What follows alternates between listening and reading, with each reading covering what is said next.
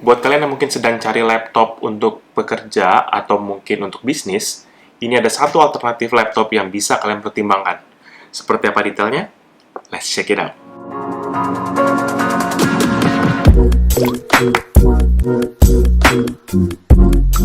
Halo guys, balik lagi bersama Pichel dan kali ini kita akan review satu laptop dari Lenovo. Lenovo apa? Ini adalah Lenovo X270.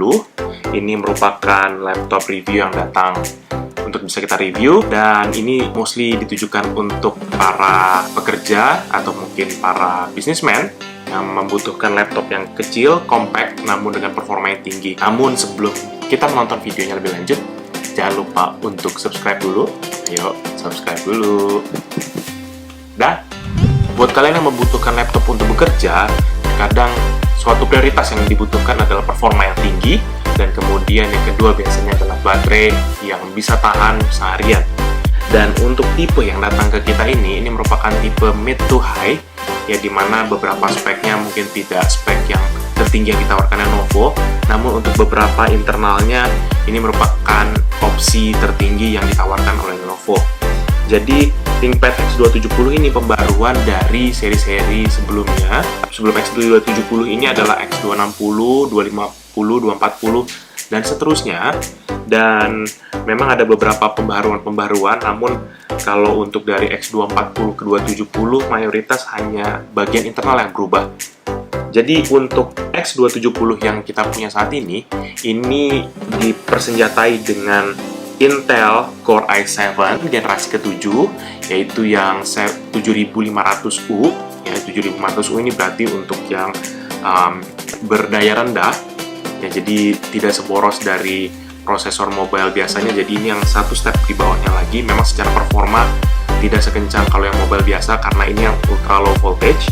Dan untuk RAM-nya ini adalah 16 GB DDR4, dan untuk kepingannya hanya satu keping. Jadi kalau misalnya buat kalian yang mungkin mau upgrade, ya mungkin kalian bisa upgrade ke 32. Kita belum tahu kompatibilitasnya, tapi ini yang spek yang dikirimkan kepada kita adalah 16 GB. Dan kemudian untuk layarnya sendiri, layarnya ini yang kita pakai adalah 1366x768. Namun di Lenovo mereka menawarkan resolusi layar hingga Full HD atau 1920x1080, dan itu tergantung dari preferensi kalian.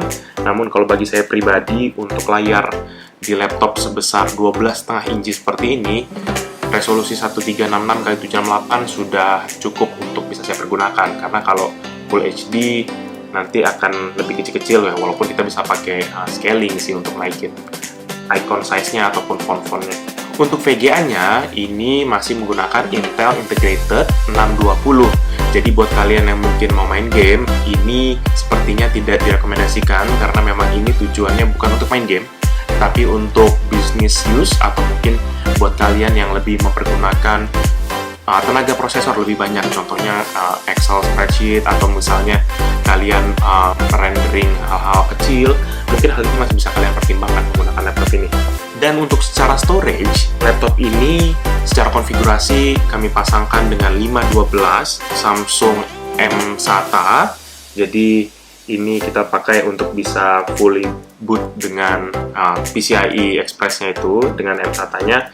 Jadi totally ngebut banget, dan juga kalau misalnya buka-buka aplikasi juga ngebut banget. Jadi memang ini bisa kalian pasangkan atau kalian konfigurasikan dengan PCIe atau M-SATA gitu ya. Ini bisa. Dan untuk konektivitasnya sendiri, ini secara Wi-Fi dia sudah bisa mendukung akan frekuensi AC. Jadi untuk kalian yang membutuhkan frekuensi tinggi, contohnya kayak main di 5 GHz, pakai AC itu akan transfer bitrate-nya lebih cepat. Jadi kalau misalnya kalian browsing atau connect ke Wi-Fi hotspot yang sudah menggunakan frekuensi AC itu, ya jadi akan bisa lebih cepat.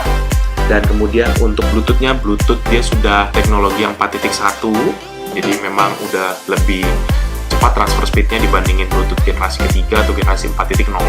Dan kemudian untuk laptop ini sendiri tuh dia punya slot SIM card, dan ini bisa kalian pasangkan dengan W1 Sierra LTE kalau saya tidak salah. Oke, sekarang kita akan go through satu-satu dari seluruh sisinya.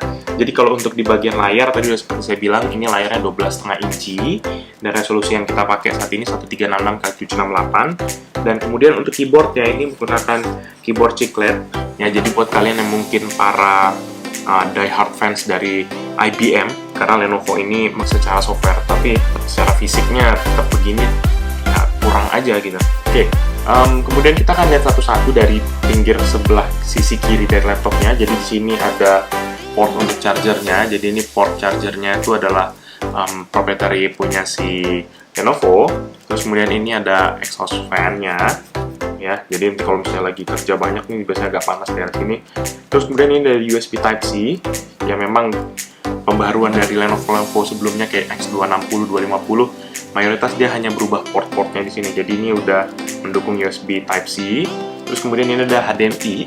Ya pun lupa bawa charger, dengan baterai yang full kalian bisa pulang dengan baterai yang masih mungkin 20-30% kalau saya biasanya sering ketinggalan chargernya gitu ya.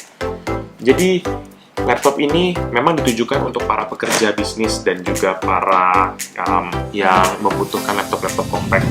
Jadi itu dia review dari laptop Lenovo X270 untuk kali ini. Dan buat kalian yang memiliki pertanyaan akan laptop ini, jangan sungkan-sungkan untuk kalian put komen di bawah, ya kan? Dan buat kalian yang mungkin mencari laptop ini dibanderol mulai dari harga 14-15 juta di toko-toko online. Namun sesuai dengan konfigurasinya dia bisa loncat sampai ke 20-30 jutaan tergantung konfigurasi yang kalian pilih.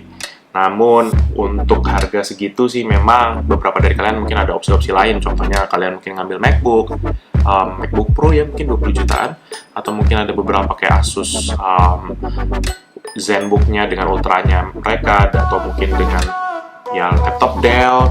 Ya masih banyak banget opsinya sebenarnya sih untuk budget segitu. Namun buat kalian yang mungkin sudah serak di hati dengan Lenovo gitu ya, dari dulu pakai IBM, terus kemudian pengen dengan karakteristik yang biasa, karena memang mereka terkenal dengan kokohnya dan juga dengan ya bandelnya lah gitu ya. Jadi kalian bisa mempertimbangkan akan opsi ini ya. Dan buat kalian jangan sungkan-sungkan untuk put pertanyaan di bawah kalau misalnya memang kalian bingung. Saya akan coba jawab juga. Mungkin tidak semua yang saya cover dalam video ini ada sesuai dengan keinginan pertanyaan kalian. Nggak apa-apa, kalian put aja komen di bawah. Dan buat kalian yang sudah nonton dan kalian menyukai video ini, jangan lupa untuk like, oke? Dan jangan lupa untuk subscribe. Ya, subscribe dong, oke? Biar bisa berkembang terus channel kita ini. Oke? Thank you guys for watching. I'll see you in the next video. Bye-bye.